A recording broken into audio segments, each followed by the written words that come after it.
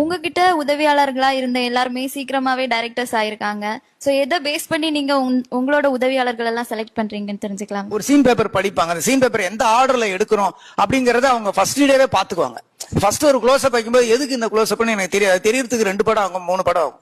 First close அப்னா உடனே தெரியும், ஓ அந்த என்ட்ரியை விட்டுட்டாரு, வர்றதை விட்டுட்டாங்க, இதை விட்டுட்டாங்க, இதை விட்டுட்டாங்க, இதை விட்டுட்டு அதுக்கப்புறம் வர்ற அந்த ஃபர்ஸ்ட் க்ளோஸ் அப் எடுக்கிறாங்க, ஓகேன்னு இருக்கும். அப்ப ஒரு சீனை வந்து ஷூட்டிங்ல எப்படி வேணா ஆரம்பிக்கலாங்கிற நாலேஜ் வந்து அவங்களுக்கு எடுத்தவொடனே கிடைச்சிடும்.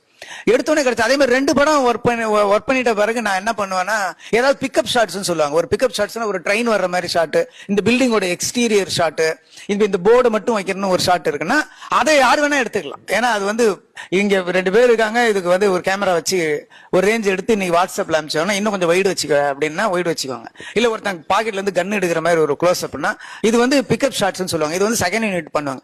அதை வந்து நான் என்ன பண்ணுவேன், அசிஸ்டன்ட் போய் எடுக்க சொல்லுவேன். எடுக்க சொல்லி இப்போ அங்க பார்க்கும்போது இல்லையா அது லோ ஆங்கிள் வையானே எப்படி வச்சிருக்க, பிளாட்டா வச்சிருக்க, எப்படி வச்சுக்க அப்படி வச்சுக்குவான். இல்ல வந்து தெரியும் ஸ்கை வச்சு எடு அப்படின்னு சொல்லுவான்.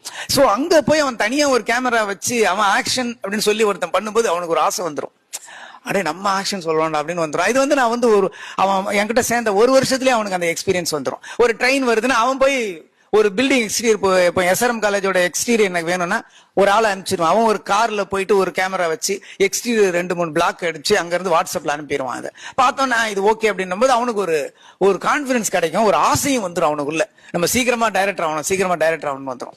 சோ அதே மாதிரி அது அந்த ஷார்ட்ஸ் படத்துல வரும்போது அவனுக்கு வந்து அவருக்கு சின்னதா இருக்கும், இல்ல ஃப்ரெண்டு கிட்ட காட்டுவான் அந்த ஷாட் நான் எடுத்தது அப்படின்ற மாதிரி. சோ அந்த மாதிரியான ஆசைகளை வந்து அவங்களுக்கு சினிமாங்கிறது எட்டாத ஒரு பொருள்னு காட்டக்கூடாது. அது ரொம்ப சாதாரண விஷயம். அதை சாதாரணமாக்கிட்டா அவங்க ஆசை வந்து சீக்கிரமாகும், அது நிறைவேற்றுற காலமும் அவங்களுக்கு ரொம்ப குயிக் ஆயிடும்.